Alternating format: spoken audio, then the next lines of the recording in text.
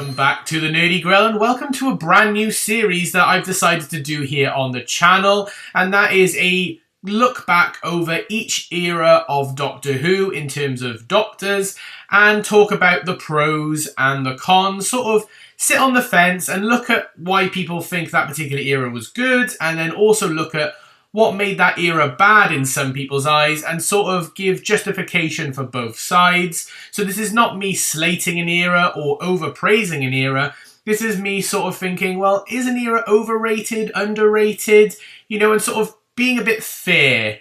And I decided that I'm going to start in reverse order. So starting with the Ncuti Gatwa 15th Doctor era, and we're going to go all the way back to the First Doctor's era. We're going to look at all sorts of things. We're going to look at stories. We're going to look at, the actual role of the Doctor, the companions, the special effects, the tone, and see if it was done well or whether it was done bad and needed improvement. So this isn't me going over my favourite episodes of the era. I will probably talk about my favourite and least favourite era stories in each video, but that's not the core aspect of this. This is the era as a whole, so everything to do with that Doctor's era. And so we are obviously going to be starting with Ncuti Gatwa's 15th Doctor, and we're going to look at the positives of his era first. So sit back, relax, while I go over the 15th Doctor's era as a whole and determine, was it overrated or was it actually underrated? So this section of the video is where I'm going to actually be talking about the positives of the Ncuti Gatwa era, and these are both my positives, but also positives that I found from other people online, from friends, from family, that sort of thing. Just collected them together. If you see me looking to one side, it's because I've got lots of notes written down, and so I want to be able to remember them all off by heart. But I think it's, without a doubt, it's worth saying that obviously Ncuti's era was dramatically cut short. He was a Doctor that only first came onto our screens at the tail end of the giggle, the last of the 60th anniversary specials, in December of 2023, and by May 2025, so only about, 17 months later, he was gone as the role of the Doctor. So he was very, very short-lived, and the only Doctor within New Who, if you want to ignore the 14th Doctor, played again by David Tennant, who had an era that short. We're obviously talking about Christopher Eccleston, the very first Doctor of modern Who. So it's really not expected that the Doctor's just going to magically vanish. Obviously, it was nice to see a surprise regeneration, but it was way before his time, and that's a bit of a problem. His Doctor wasn't given much time to grow, and, they could have done it within 2 seasons, because Eccleston managed it in 1 season, and that probably comes down to some of the writing choices, but I digress. This is the positive section of the show.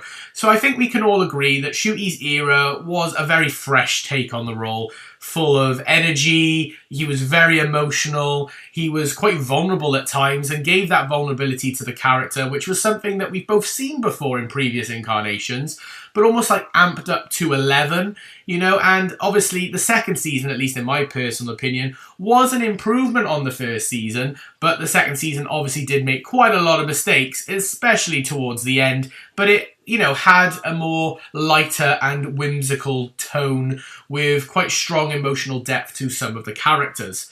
So what are some of the positives for the 15th Doctor's era? And these things can also cross over into negatives as well, and would be negatives for some people. But some of the positives, I think, for the Ncuti Gatwa era that we can't really deny is I think that Ncuti as an actor, he did give quite a charismatic and quite an energetic performance. It never felt like he was phoning it in as the Doctor. He was just acting. He was having fun in the role. He never looked tired. He never looked bored doing the role. He always put his all into it. Whether that really matches who the Doctor is or not is obviously up for debate.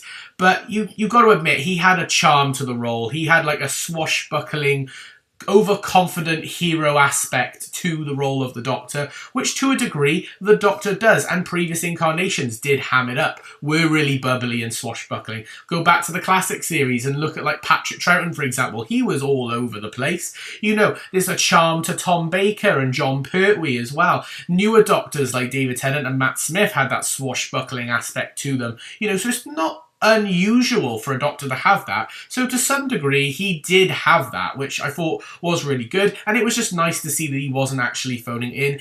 And obviously the material he was given obviously wasn't perfect all the time, but he was giving it his all. And I met him at a convention in London, which was very, very quick. I've done a vlog on that if you want to see it. But he was, despite all the problems that was happening and despite all the controversy and all going on, you know, he was still smiling and he was still willing to engage with fans. So I thought for his era as a whole, that was quite nice. Another positive, I think, which is also a little bit of a negative, is this Doctor did have a lot more emotional vulnerability, and we were kind of hoping that that was going to be the case for every Doctor that comes after Jodie Whittaker, who discovered the truth of, like, the timeless child, had to survive through the flux. We saw elements of that in the 14th Doctor special, Wild Blue Yonder, but that was sort of a thing over the 3 specials.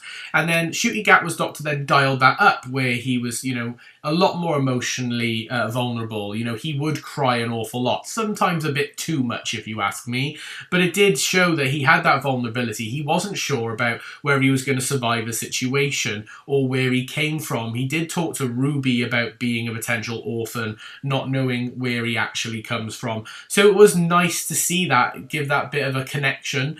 But yeah, I will admit there was times where it did get a little bit too much, and obviously it does sort of half contradict what he was saying to the 14th Doctor in The Giggle. But I think having a more emotionally vulnerable Doctor, I think does work. And you got that in previous Doctors. Let's be real, David Tennant was very emotionally vulnerable in multiple ways. He had the Time Lord Victorious arc, you know. And I think even some classic Doctors had it, you know, with Peter Davison's passive aggressiveness and, you know, his shock when he lost a companion. Sure, he moved on quite quick, but he let that be the crux of his whole era. And then by the end with Perry, you know, he sacrificed himself to fix a mistake he made earlier in his era. So I think every Doctor is emotionally vulnerable, just Ncuti's Doctor showed that a lot more than others. I will say there was a slight improvement anyway in terms of storytelling and giving us a little bit of an arc in Season 2 as opposed to Season 1. Season 1 for Ncuti felt almost like Season 1 for Jodie. It felt too separate from the rest of the what came before it. It seemed a bit of a jumbled mess. You had tons of Doctor-like stories, which for a first season of a show you don't really want to do. But Season 2, I think, improved upon that, especially early doors. You know, the Robot Revolution wasn't a fantastic story, but it was an okay story to get you introduced to the new companion of Belinda and, you know, reintroduce the 15th Doctor. And the companion of Belinda at the start of Season 2 was written fantastic. A no-nonsense companion who had no interest in either falling in love with the Doctor or wanting to stick around on his adventures, but she grew as the series went on. And that was a fresh take, and that was something new that we hadn't seen for a while. So I really liked that. Then you had stories like Lux and the Well, where Lux had Mr. Ring-a-Ding, or, you know, which was an amazing story, fantastic visually as well.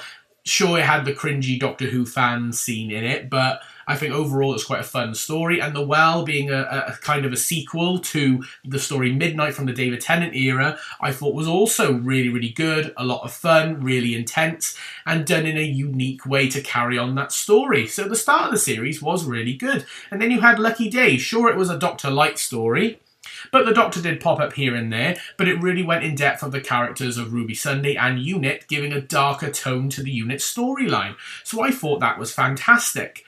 But then sadly the series then does fall apart in the later half of the series. Story in the Engine is okay, lovely visually, but it does drag. But then it all falls apart then from the Interstellar Song Contest, Wishworld and the Reality War, which are just a train wreck and just stamp on all of Doctor Who history. And we still don't know to this day how they're going to get out of the mess that they've left themselves in at the end of the Reality War, but neither here nor there. But I would say overall, the tone, the style, and the storytelling in Season 2 until the latter half of Season 2 was definitely a lot better. So they obviously heard some of the feedback and they were willing to try and expand the universe in a better way. You know, there was interesting dynamics with companions to start with, but they never followed them through. You know, like I said, the start with Ruby Sunday was really, really good and really, really interesting. Although they did, like, make it too intense. Like, he shouldn't have been that friendly with her from the get-go. They should have built that over a course of stories, but it was nice to have that dynamic. And then I liked how, in contrast, it was to Belinda Chandra in terms of how she wanted nothing to do with him. But they then spoilt that towards the end, so that's a bit of a problem. They introduced some good concepts for the show, some new stuff. and had some memorable episodes. Like for me, like Boom was very memorable. 73 Yards is a pretty memorable episode for a lot of people, you know, and they set the tone of what this series could do and could be, and I thought that was really, really nice as well. In terms of interesting concepts, sure, the main one that people remember from this era is the bi-generation concept, which, you know, was very unconventional, very controversial. It could have been done well if it was used as in terms of like a gimmick in the Giggle story, and then, you know, to get the two doctors to verse the toy maker to get the upper hand on him, and then they went back together in terms of you then got a proper regeneration. They just took it too far, and I'm not sure really the Rani needed that either. So they had interesting concepts and ideas, and I think the idea of the gods and the pantheon was brilliant. I loved seeing all the different gods. You know, Sutek, Maestro, you know, obviously in Lux with Mr. Ring-a-Ding. You know, I thought that was all really, really good and could have been done really, really well. So they had some interesting core ideas for a good narrative, but they just never really stuck the landing, and it felt a little bit too rushed. And in a degree, despite it, you know, with the deal and all, it felt a bit too Disney-fied, if you ask me. But yeah, so that's sort of my positives and my way of defending the Ncuti era, where I think we need to cut it a little bit of slack, just a little bit. However, I am obviously going to now talk about the negatives of the Ncuti Gatwa era and the 15th Doctor's era.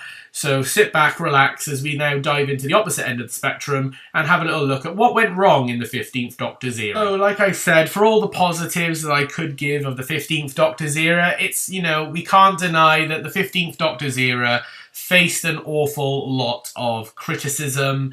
And yeah, that was apparent almost from day one, especially with the opening episodes, The Church on Ruby Road, and in particular Space Babies, where obviously, I mean, Ncuti's Doctor didn't come in the best aspects. You know, he came in through bi-generation, meaning that David Tennant, one of the most popular Doctors of all time, was still around, and so people were looking to see if David would come back over the new guy, and that was not the way to go about things. And then his opening stories with The Church on Ruby Road, you know, started off with nice mysteries, like who was Ruby's mother. That could have been a good story arc.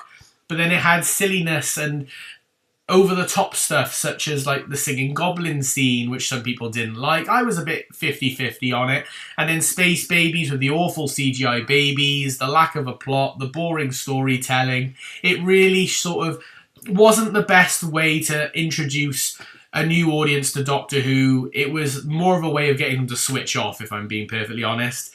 You know, and some of, you know, the shorter run time of a series, only 8 episodes. So that means, you know, you have less time in order to get to know your new heroes before the climax of the series, I think really didn't do any favours to Ncuti's era as a whole.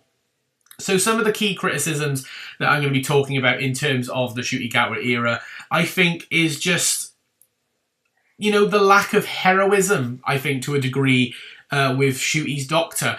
You know, obviously every Doctor at some point in their era allows either their companions or someone else to sort of help save the day, whether it's saving the Doctor because they're in trouble or the Doctor needs a bit of assistance. You know, one of the core ones you could think back on is stuff like in Series 3, the finale with the Master, and Martha Jones is the one to save the day because the Doctor is captured by the Master and at his mercy. You know, so it's not unusual or nothing new, but when you think back on those eras, that was sort of maybe something that happened once every season or once every couple of seasons. You know, it wouldn't happen on a regular, but it really felt that the Doctor took a massive step back a lot in his seasons, in particular in season 1. Because if you think about season 1 with the 15th Doctor, go back to stories like The Devil's Chord.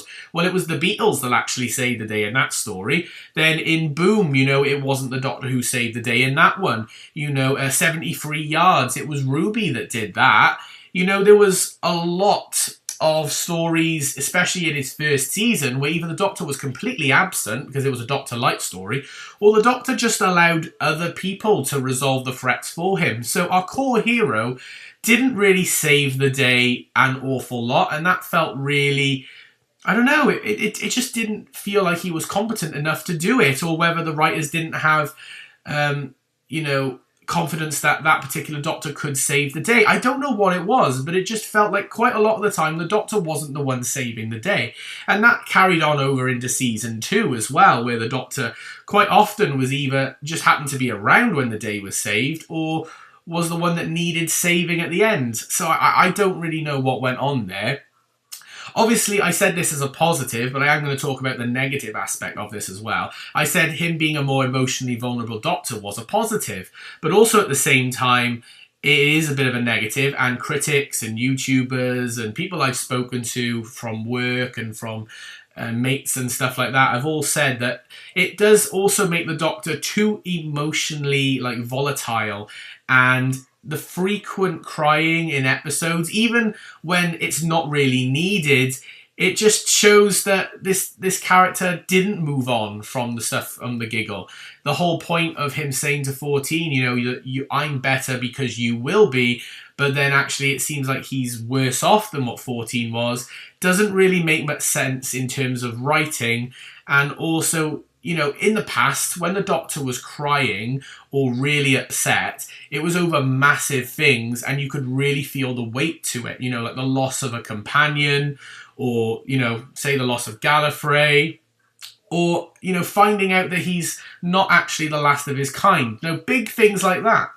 But in the Ncuti era, it felt a lot more like he was just crying because the sun was setting, or he heard a tiny bit of bad news about something that wasn't even relevant to him. It was really weird. I think in Joy to the World, when the only Silurian alien passed away, he broke down and cried. But that character had only been on screen once or twice. We hadn't had that connection to him.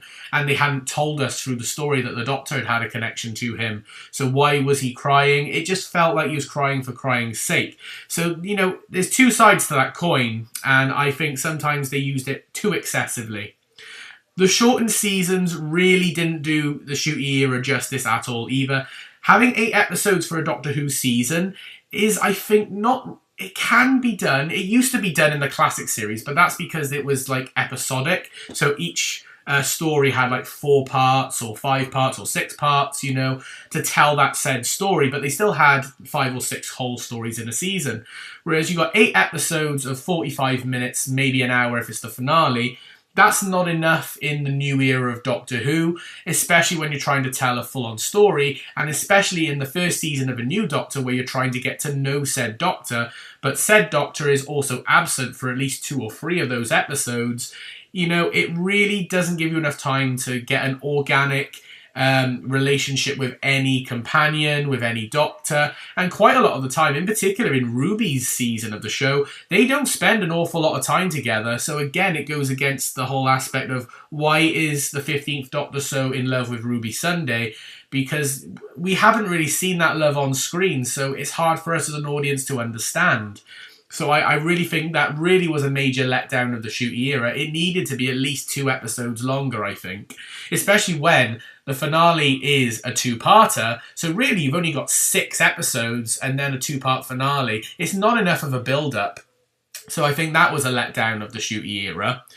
And then the shift over with the Disney deal and with a new audience to target, it really took the focus off sci-fi and it became quite fantasy-driven, with, lots of, magical Tadar fixes, instead of, grounded sci-fi adventures. And that's fine. The Matt Smith era was very, whimsical and fairy tale, but it still had that good mix of sci-fi, whereas I think they just completely did a tonal shift in the Ncuti era. And the sci-fi element was sort of starting to drip away. When you've got singing goblins in the first episode and dancing in the rain and going to see the Beatles in the second episode, you sort of, in a very short season, in Rogue, for example, it's all about cosplayers, pretty much. It sort of takes away what Doctor Who used to be. You can have these fun episodes, but they need to be, I think, at least to start with, your minority, and then they become your majority. Not start on as your majority, I don't know. That's just a me thing, I think, personally.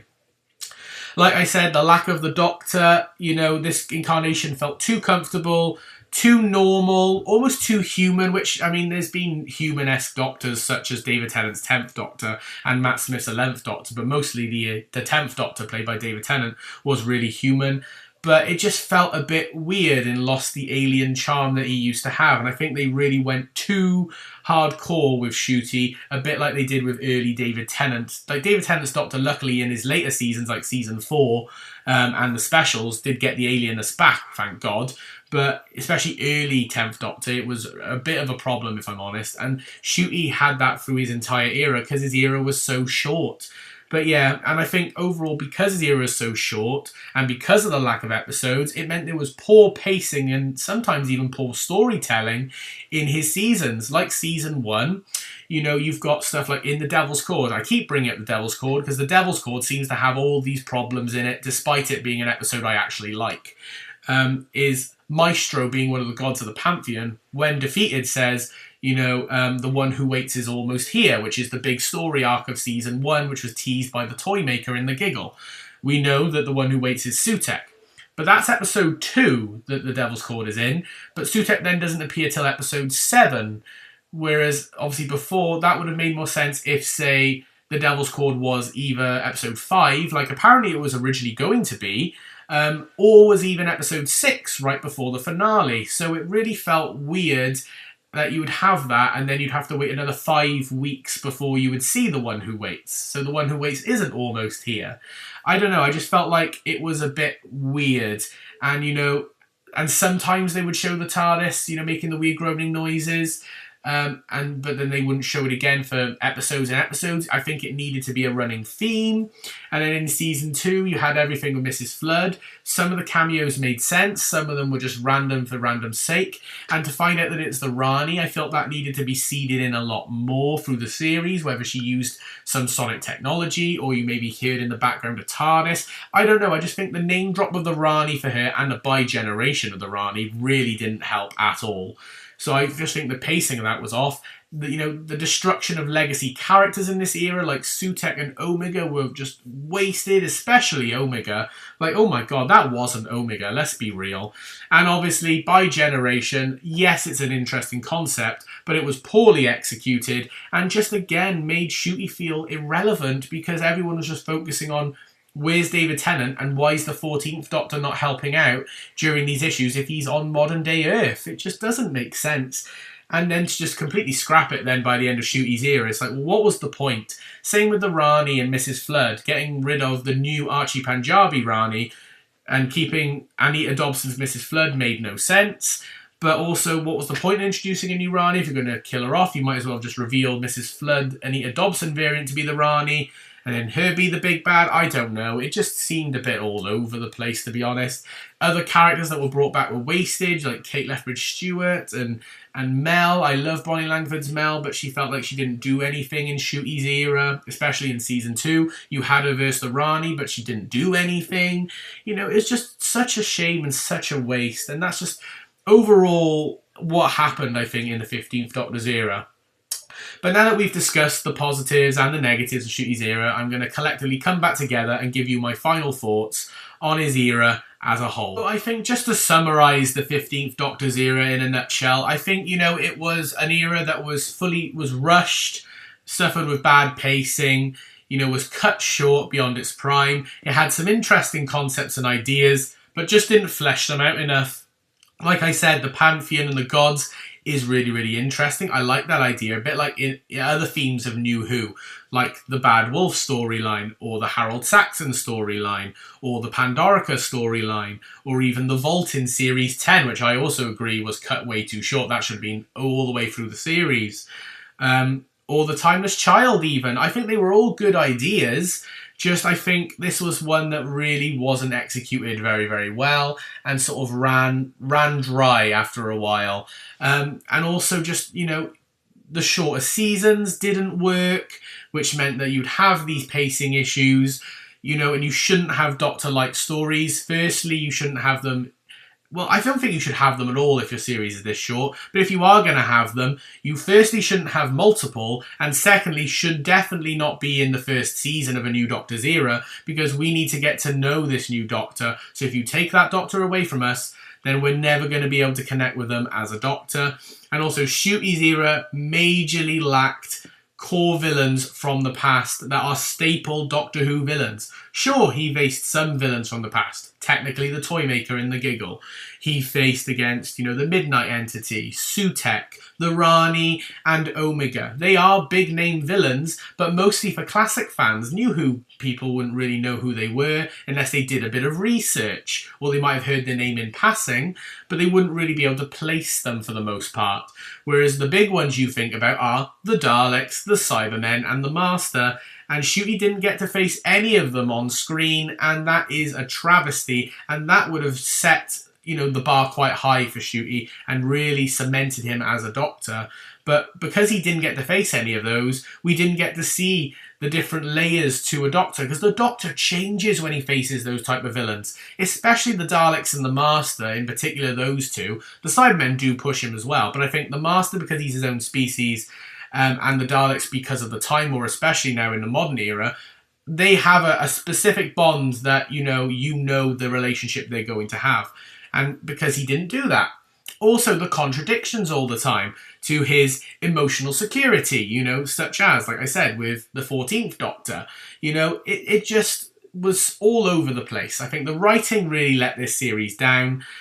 The shortness of the seasons, the lack of Ncuti's Doctor, and not being able to stick the landing of finales, and also the way you write your companions, because both Ruby Sunday and Belinda Chandra started off really well, but then both ended, especially Belinda, ended extremely poorly, or almost contradicting their characters and making no sense by the end. Like Belinda becoming a mother in the end and ignoring everything. And I don't buy it, don't agree with it. And it was just wrong. It was just wrong and didn't make any sense. You know, like I said, there was some positives of Ncuti's era. I did like his energy. I thought that was quite nice. There was some good stories here and there. You know, I did think it was nice to see the introduction of the Pantheon. You know, there was good stuff in there, you know, and some good visual storytelling due to the Disney budget and stuff. But I just think the lack of depth, the lack of sci-fi, the lack of the Doctor, I really think hit this particular era of the show hard. And so for me, if I was to give, say, Ncuti's era an overall rating out of 10, I personally couldn't give it maybe higher than a 6 out of 10. And I think that, I don't know whether that's me being generous. It might be me being generous. But I think I'm going to give the Ncuti era overall a 5.5 to a 6 out of 10. But that is going to be it for the first video in this series. Like I said, I'm going to be going back over the Doctors from the 15th Doctor all the way to the 1st Doctor. In terms of when these videos are going to come out, potentially I might do one a week or one every other week. But obviously the next video that I'm going to be doing in this series, and we will include him this time, is I am going to be looking over the 60th anniversary. So I will be delving into the 14th Doctor, and was there really any point to having him in the show? But for now, this is going to be the Nerdy Girl signing off. I hope you've had an amazing day, and I'll see you all in the next video. Please, if you enjoyed this video, don't forget to like, subscribe, and comment down below your thoughts on the 15th Doctor's era, but keep all comments respectful, please. I will see you all next time. Bye for now, everyone.